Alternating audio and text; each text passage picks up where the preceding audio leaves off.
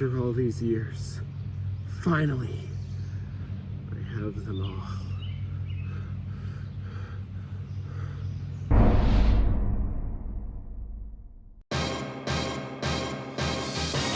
Gravity Falls is not just one of the best modern cartoons. It's not just one of the best Disney cartoons. It is one of the greatest cartoons ever made. It's an incredible story filled with excellent characters, an engaging storyline, and terrifying creatures. It's able to tackle mature themes about family and growing up without ever making the show inaccessible for its target audience, and it is one of the funniest shows I have ever seen. Grunkle Stan, are you wearing a blindfold? Nah, but with these cataracts, I might as well be. What is that, a woodpecker? While not the first widely successful Disney Channel cartoon, it was easily the most influential, and its success was a game changer for the network. The series was a launching point for many of the network's current top talent, and without Gravity Falls, we wouldn't have shows like Amphibia, The Owl House, or Big City Greens. I love Gravity Falls. It is easily one of, if not my favorite show of all time. I absolutely love the series, and this summer marks the 10th anniversary of the first episode airing. So to celebrate, naturally I wanted to do something special. I wanted to solve the series' greatest mystery. The one mystery that remains after the entire series ended in its brilliant conclusion, we're beginning to retake Back to Falls. The truth about Season 3. Yeah, I'll take over discuss topics for 100, Alex. Gravity Falls ran for 2 seasons with a total of 40 episodes. Now, unlike many great shows, this series wasn't actually canceled. In fact, the decision to end the series in Season 2 was made by none other than series creator Alex Hirsch himself. Alex Hirsch wanted the series to end at its peak rather than run it into the ground like many of the other great cartoons that preceded it. Because of this, Gravity Falls was able to tell a complete story with a great ending. Now, the problem with ending at your peak is that no matter how satisfying your ending is, your fans will always want more. We did get a few expansions on the universe after the series ended. A couple months after the series finale, we got the Journal 3 novel, which is excellent. It's everything a fan could possibly want. We got a great Blu-ray box set, which has a bunch of behind-the-scenes stuff. And a few years ago, we got the Lost Legends graphic novel. Schmebulock is a talkative guy. He wrote a book that you should buy. I love Schmebulock. I love capitalism. Well, no matter how great these expansions are, we'll never fill the void that more episodes would for some fans. What fans really want is a third season, a Season 3. And Hirsch has, frequently tormented fans about this to this very day, but it's very unlikely that one will actually happen. Hirsch is no longer working at Disney, and I don't think Disney really has any desire to continue this property, or at least support it any more than they already have. However, regardless of whether or not we may get a third season, I really don't think we necessarily need one. Because upon rewatching the show and re-examining a lot of its elements, I came to a very strange conclusion. The fact that Gravity Falls Season 3 can't be made because it already was. Yeah, now it's getting interesting. And I'm not talking about the expansions like the graphic novels or the 3DS game or the new shows like Owl House and Amphibia that carry on the series' spirit.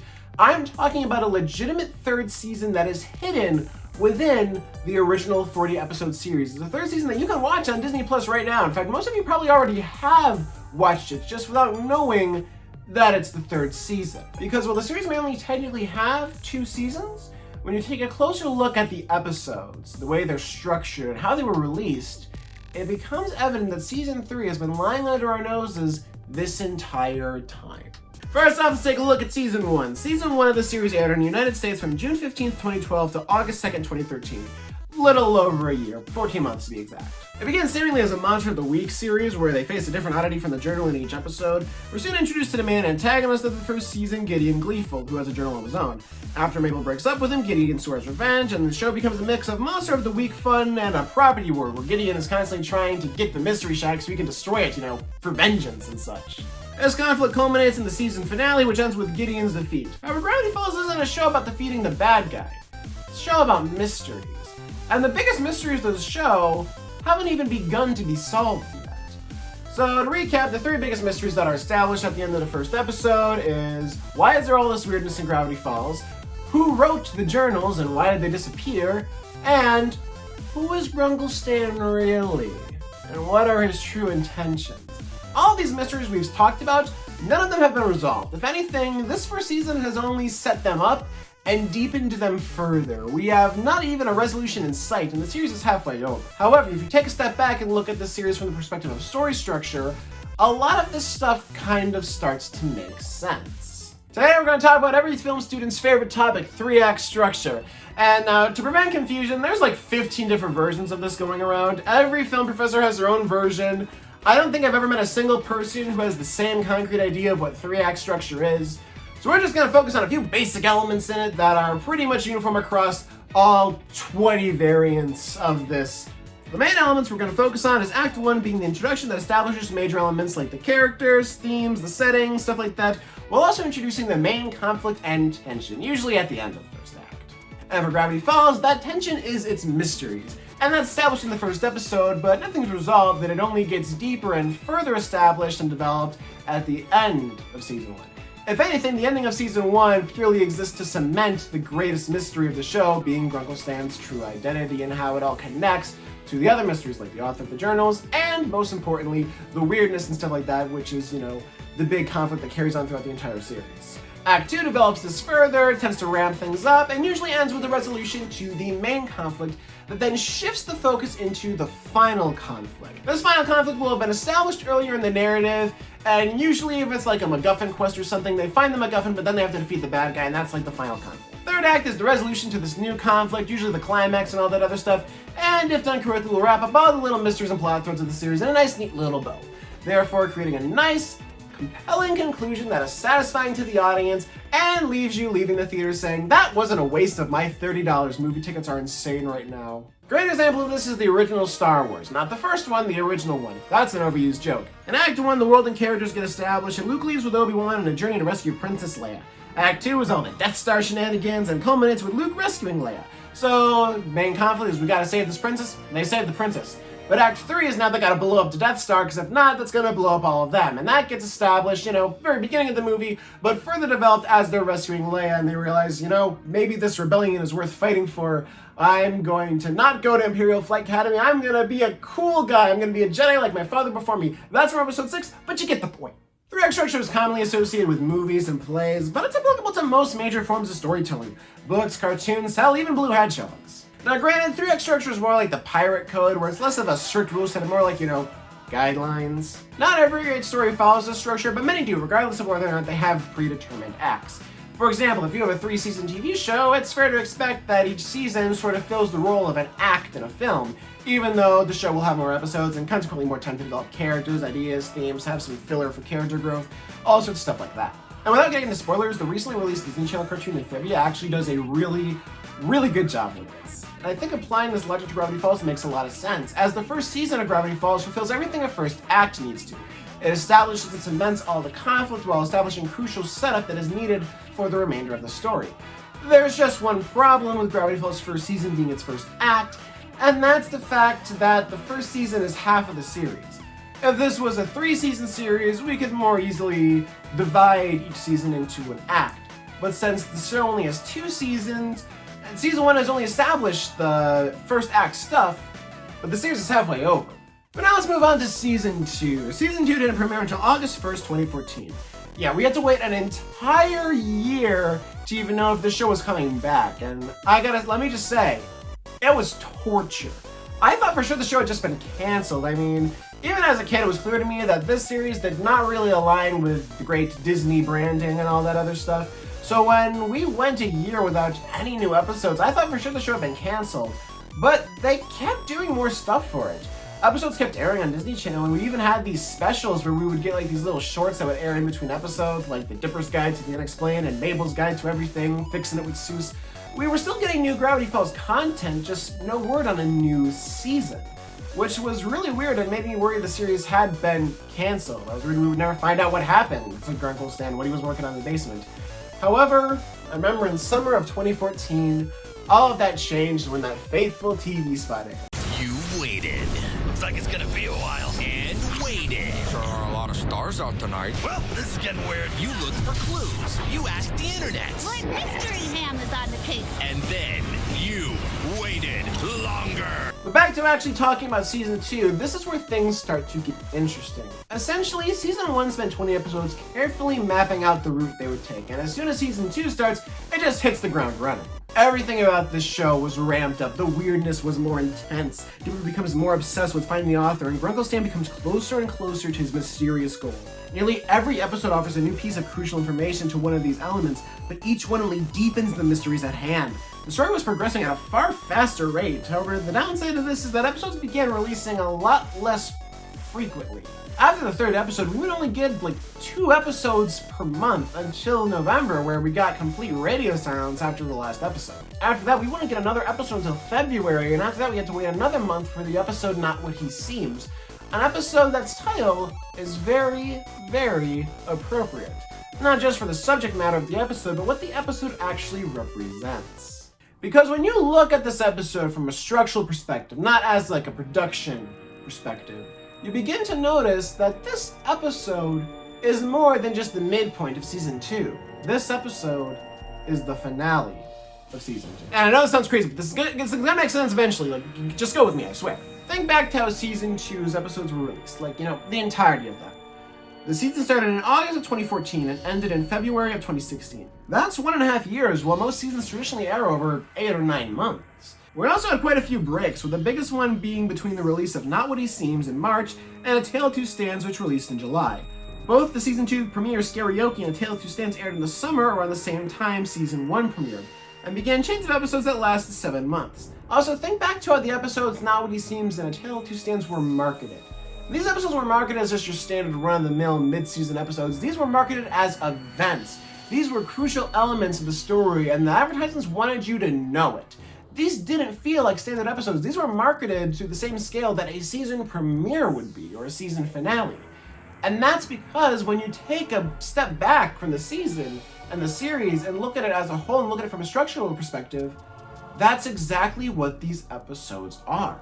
Not to mention, when you look at the gaps between episodes, the biggest gap was between Not What He Seems and A Tale of Two Stands. This gap was months long, a similar amount of time one would have to wait for a new season.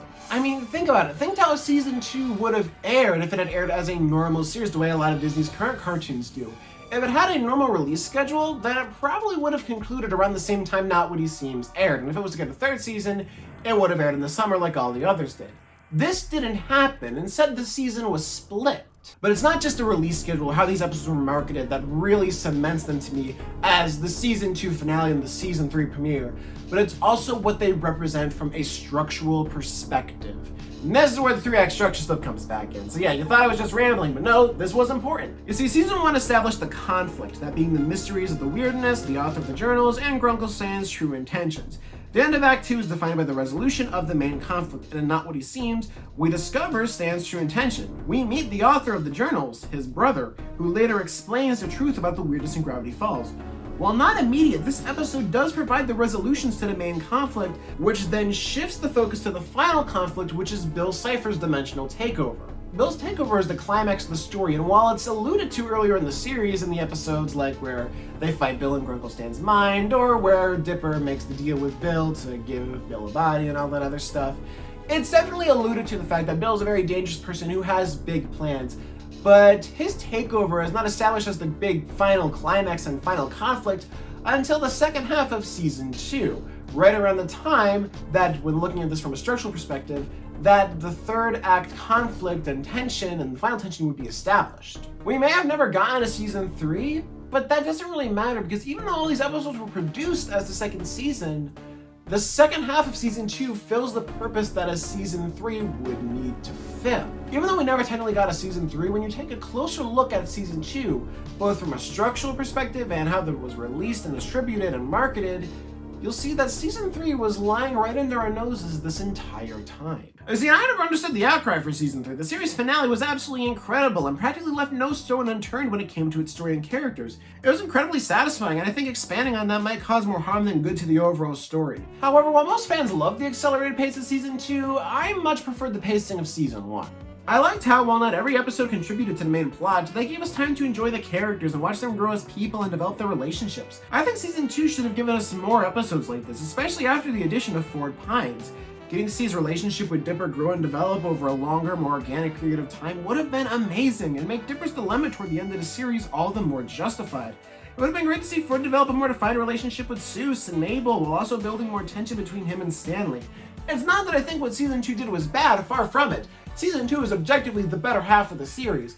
But when looking at how the first season was paced, and how much time we got to spend with the characters and building those conflicts and developments and all that character growth and stuff, I wish we could have gotten more out of it with Season 2, because by the time Ford shows up, we don't have a lot of episodes left, and while we get a couple episodes showing his relationship with the kids and him and Dipper growing closer, it's not enough, I felt. I felt we really would have benefited from getting more episodes with these characters, seeing them grow, interact, establishing things a bit more in a similar way that Season 1 did. If they ever were to expand on Gravity Falls, I wouldn't want to see another season taking place after the ending. Instead, I'd like to see them divide the two batches of episodes and create new episodes that take place in between them. I want episodes that build on this conflict and build on these characters in the same way that Season 1 did.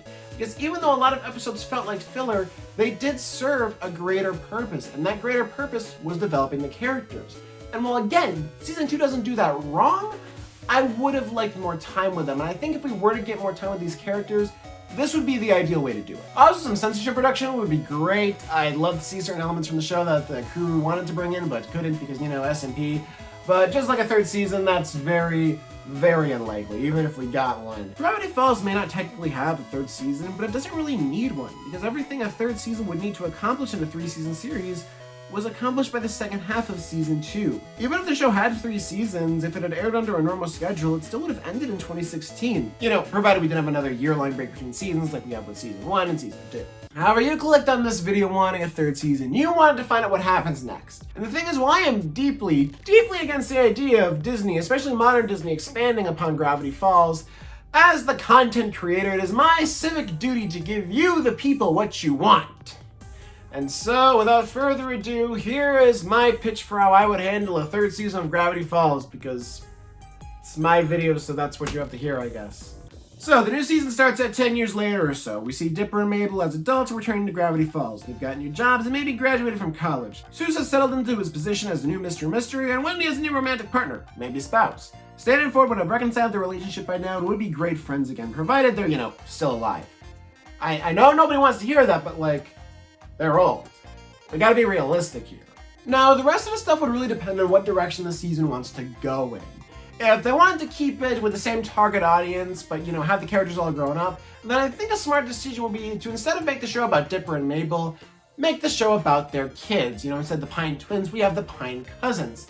Dipper and Mabel's children are now in Gravity Falls spending a summer, and they get to have all these crazy adventures. The weirdness is seeping back in for some reason, and we get to see how much the world and the characters we left there have all changed over time, and we get to see new interesting conflicts come from that. Provided you don't just follow the same beats as the original and actually do something new and creative with it, I think it could work, because the world of Gravity Falls is so unique and creative with just so much imagination around every corner of those terrifying woods. There's a lot you could do with it, even with just a new set of characters in that world. I feel like for Disney, that would be the ideal choice for a spiritual successor. It would be able to show how the world and characters have changed, while still keeping the show, you know, a goofy series filled with silly episodes for kids. Or we could go in a darker direction, you know, market the series not as, you know, goofy episodes with silly jokes for kids, but as a series for the adults who grew up with the original series, who are now old and cynical. For this darker, grittier direction, the season could begin with the death of Stanley Pines. Just wait a minute, I know none of you like that idea, but like, just go with me on this. Dipper and Mabel could return to Gravity Falls not for a summer vacation, for a funeral. They could spend some more time exploring the shack, reminiscing about the past, you know, acting as a way to kind of catch viewers up with the original series. But then after a brief nostalgia pandering, a revelation would occur. The Pine twins would then discover that Grunkle Stan didn't die from natural causes, but was murdered. After that, we would then discover that a more intense form of the weirdness is seeping into this town, and more importantly, targeting the Pines family. The story would then be about solving these new mysteries, while also exploring how much the world and characters have changed since the original series. Also, Stan could always come back as a ghost or something, because I don't think the fans would want to say goodbye just yet, especially after having to spend so much time away from these characters. Now, regardless of which direction the show takes, we still need a villain. And that's going to be a problem because Bill Cipher is an incredibly hard villain to top. I mean, after you defeat a literal god of chaos, you can't exactly go back to, you know, used car salesmen and garden gnomes as your antagonist. However, we can't just bring Bill Cipher back because that would completely undermine the point of the original series. I mean, can you imagine a huge Hollywood franchise completely undermining its greatest conclusion just because they need a villain to fill in the void of their 9th episode? That'd be ridiculous! Gravity Falls is a show about growing up, but it's also a show about family. It's a show about Dipper and Mabel's bonds getting tested time and time again, but always coming out stronger because of it. It's a show where the main conflict between Ford and Stanley was instigated due to their lack of trust and their conflict as a family. Family is the biggest and strongest theme of Gravity Falls, with growing up and stuff. And it's incredibly important to the series and ultimately was a huge component of Bill Cipher's undoing. He was defeated not just by all of the prophesized people in the little circle, but by the strength of the Pines family. Hey, look at me. Turn around and look at me, you one-eyed demon. You're a real wise guy, but you made one fatal mistake. You messed with my family. So, how do we top that? Because again, we can't resurrect Bill Cipher, because that would undermine everything the series finale did. So what do we do? How do we elevate on this conflict while keeping a consistent theme? We give Bill Cipher a family. That sounds terrible, but hear me out.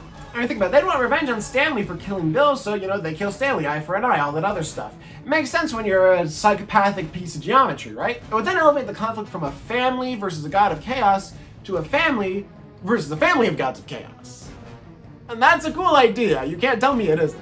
I mean, this would open up so many possibilities. We could finally see a fully realized version of the fans' Tad Strange. That would be so cool. It could all be just different pieces of geometry with funny little top hats or stuff, and Bill's dad could look like this. Yeah! God, that's horrifying. I don't really have any of the nitty-gritty for how all of this would work. This is just kind of basic concepts and ideas. No idea how to execute them, and that's honestly the biggest thing, because, there's really no such thing as a bad idea, just, bad execution.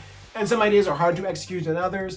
But that's just my ideas. What are your ideas? I don't know, so drop down in the comments and let me know how you would do a 3rd season of Gravity Falls, or a successor, or a spin-off, or all that stuff. Because, if we as a community put our heads together and unify ourselves, we can create the world's stupidest fan fiction. And that would honestly be a lot of fun. A great cartoon is a lot like summer. It's something that entertains and inspires us while helping us grow into the people that we are today. When we are watching a great cartoon, we never want it to end. Just like the summer vacations we spent with our friends, we wish it could go on forever.